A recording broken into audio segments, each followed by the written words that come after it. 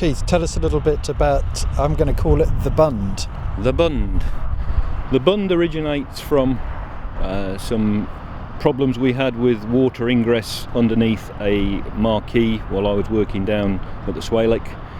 All the water running off the marquee roof used to come in, so we made something similar to this, but this has been engineered specifically for grassroots cricket to save a lot of sheeting. Most clubs haven't got the labour or the manpower to deal with big flat sheets, 30-40 footers, so this in itself takes that problem away, but also lets the rest of your square have a drink, but saves your match pitch from water running underneath the covers. Or even if you've got smaller sheets, you could have a 10-foot sheet by the side, which is manageable, and then put these bunds out on the other side of the 10-foot, so you've got the batsman's run-ups are safe as well. But obviously to stop the water running is the most important thing, because invariably all squares have got some kind of fall on them, whether they're with play or across play, and that in turn always seems to run underneath the covers on a length. Always. I don't know why, but it does. So these are quite simply 75mm high and 8 foot long, join in the middle with 3 pegs that hold them as well. You simply tap them into the ground, going in 2-3mm. Obviously if you've got a lot of undulations, you'll have points where you've gone in a little bit deeper, but predominantly a cricket table is reasonably flat through the middle. It's the saddles on the end that you might have to knock them in somewhat deeper to stop the ingress. But so simple, and hopefully will be an aid to getting the game on. The ECB phrase of the year, get the game on. And that's what we're hoping these will achieve. So you also, with if you do have an undulating square, you've got half. Yeah, because the Bund pieces do pivot on the joint. We've looked into that and decided to have some halves manufactured so it follows a contour more evenly. Yes, that means more joints, but the joints are waterproof anyway.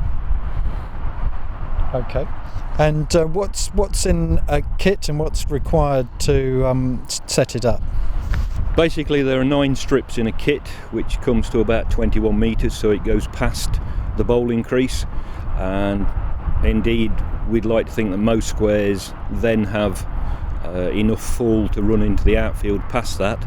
Some will have a dip, but you'll have to probably have an extra piece to prevent it stopping in the dip. They're just manufactured as a set of 9, but you can have 10, 20, 30, whatever you want. So there's no problem. It's just really knowing your own levels on your own square to judge how many you need to purchase. Okay. And what does the kit come out at? A set of 9 comes at £250 plus VAT. Yeah, in comparison with flat sheets, a 40-foot flat sheet, a climate cover, you'll be talking 3,500 plus VAT. The lightweight sheets obviously a lot cheaper, but if you can do away with sheets, you do away with disease problems, you do away with manpower, and your grass tends to be a lot healthier if it does get a drink. Obviously torrential rain, if you want to save a match, you've got to cover, but for thunderstorms that are forecast overnight, say on a Friday night, you can't be here 24 hours a day. We believe that these would save the game for a 1 or a 1:30 start. The rest of your square will have had water, obviously, and it might get a little scarred, but you'll get your game of cricket on, which is the most important thing.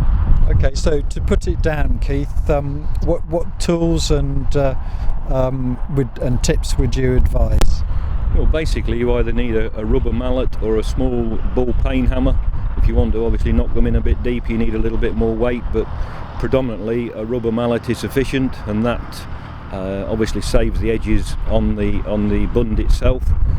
So they come with the legs and the bolts all separate, and once they're all put together, they can be stored flat, and obviously just work them in and look after them. They are galvanised, so they're going to last quite a few years without rusting. And do you advise to put a line down like you have here?